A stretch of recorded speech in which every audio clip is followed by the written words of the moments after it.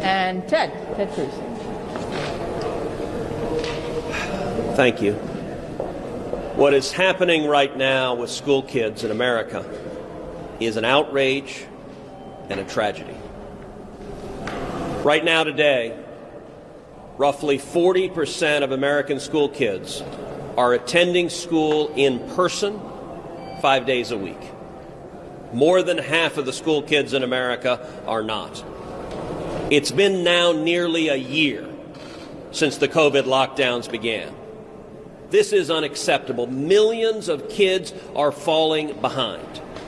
Millions of kids are not learning reading, not learning math, not learning history, not learning science, not learning art, not learning music. And the data shows that as these kids fall farther and farther behind, that learning gap will never be filled. This Democratic spending bill, filled with a partisan wish list, does nothing to change this. What congressional Democrats are telling you is your kids don't get to go to school. It's not a priority. We shouldn't accept this. We need to open the schools now. We need to get the kids back in schools. And it's important to understand that the impact on kids, it's not distributed uniformly. Wealthy parents, those with resources, are able to enroll their kids in private schools that are open. They're able to engage in homeschooling. They're able to hire tutors to work with their kids. But low-income children are being abandoned by this Democratic monstrosity of a bill. If you're a single mom struggling to hold down 1 or 2 jobs, and you have kids whose school is not meeting in person, far too many of those kids are falling behind. We need to say enough is enough. You know, Joe Biden and the Democrats like to say follow the science. Well, here the science is clear. The CDC has told us kids should be back in school. It is hurting kids. We're seeing more youth depression, more youth suicides. We're seeing more child abuse.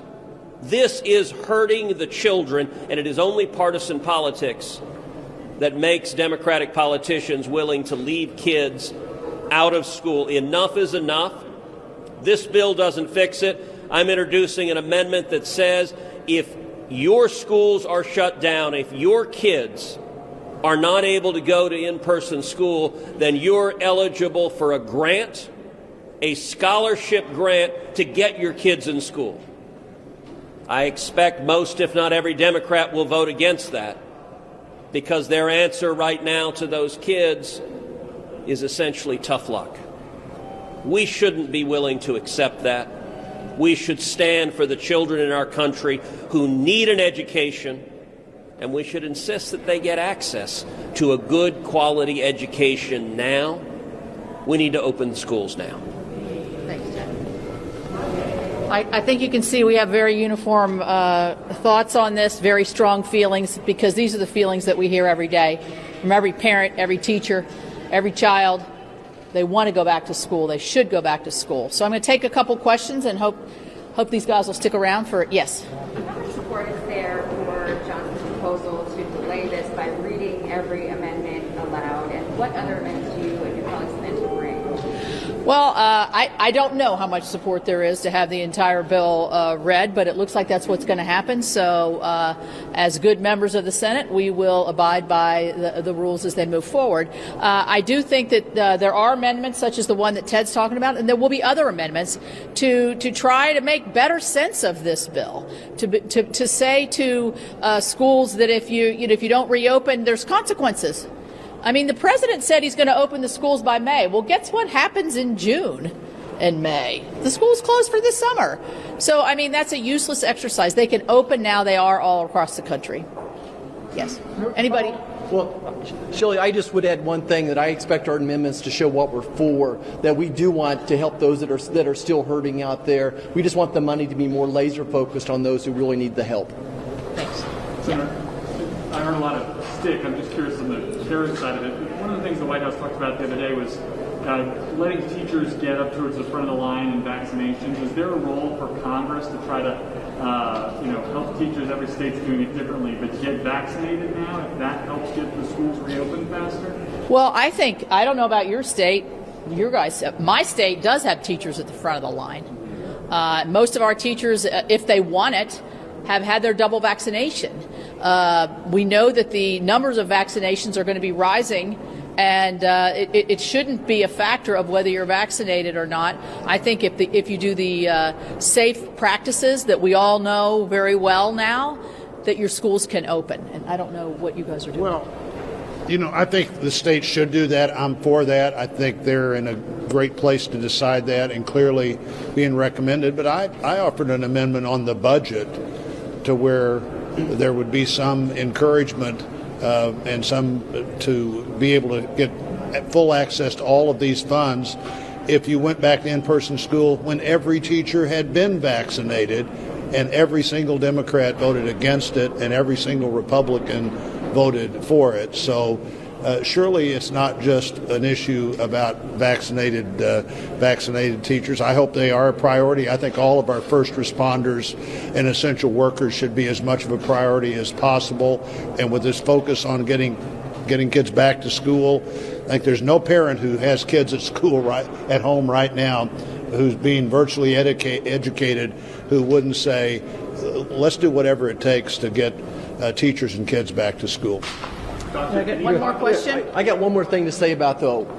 This is my concern is when we ask the teachers union, when we ask the administration, if we get the teachers vaccinated, then would you go back to school? And there's still no commitment from the administration that that's the right thing to do. We need leadership. We need leadership to get our kids back in school.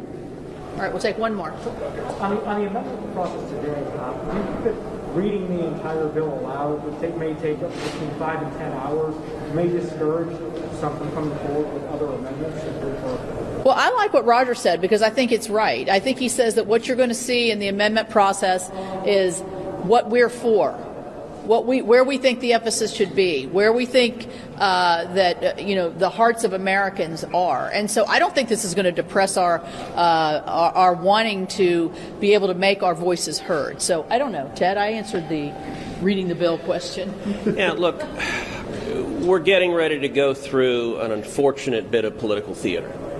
And the reason for that is that the Democrats have made the decision to be hard partisans rather than to work together in a bipartisan manner. Last year, Congress passed 5 separate COVID relief bills. Every one of them was bipartisan. So it's not just empty words. Republicans here have demonstrated that we are ready and willing to roll up our sleeves and work together in a bipartisan manner to address COVID, to defeat this pandemic, and to get people back to work. Joe Biden and Chuck Schumer and Nancy Pelosi could have done the same. But they made a decision instead. This is not a COVID bill. 9% of this bill focuses on COVID health spending. 91% is a partisan wish list paying off the Democratic special interests that got them elected. And it's cynical. It's got Chuck Schumer's bridge to Canada. The last I checked, a bridge to Canada is not going to defeat COVID. The first version of the bill had Nancy Pelosi's tunnel of love to be built in Silicon Valley because apparently bringing pork home to her constituents will help us defeat COVID.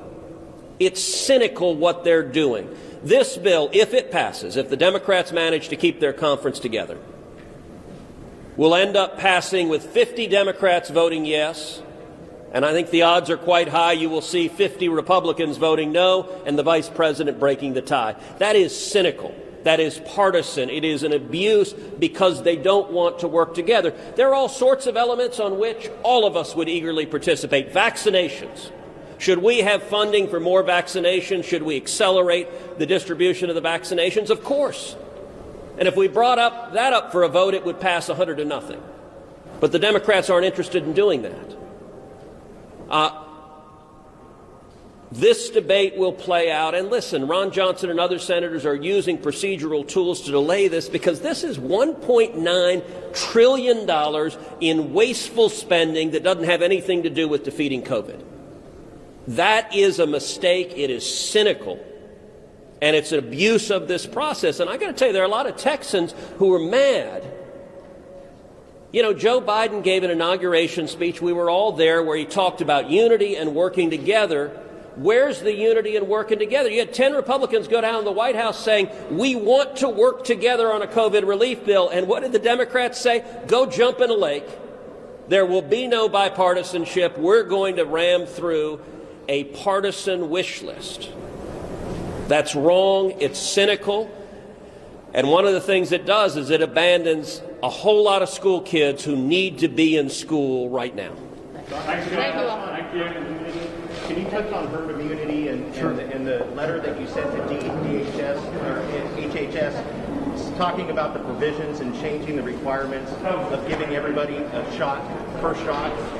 I certainly think it's feasible that we could have herd immunity by April or May, and I say that for several reasons. There's a lot of real-world studies out there saying that one shot of the Pfizer or Moderna vaccination are 75–80% effective.